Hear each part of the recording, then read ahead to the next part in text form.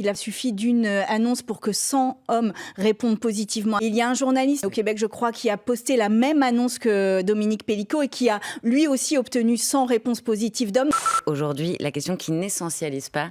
Gisèle Pélicaud, invitée ce matin de France Inter, appelle à ne pas amalgamer tous les hommes. Quand on dit que c'est tous les des hommes ordinaires et des monsieur tout le monde, bien sûr que non, ce ne sont pas des hommes ordinaires et des monsieur tout le monde. Je rassure tous ces hommes que je rencontre et je leur dis bien sûr que non, vous n'êtes pas des violeurs. Il ne faut pas faire l'amalgame de tous ces hommes.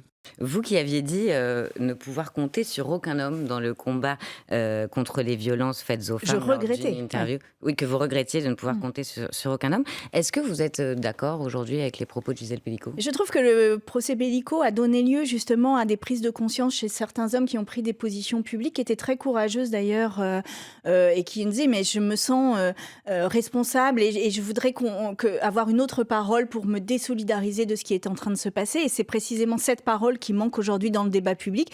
Je pense que Gisèle Pélicaud a absolument raison sur le fait que ça n'est pas tous les hommes. On parle d'un rapport social, d'un rapport de domination et on le voit avec l'affaire Epstein. C'est véritablement un attribut du pouvoir que de pouvoir violer les femmes.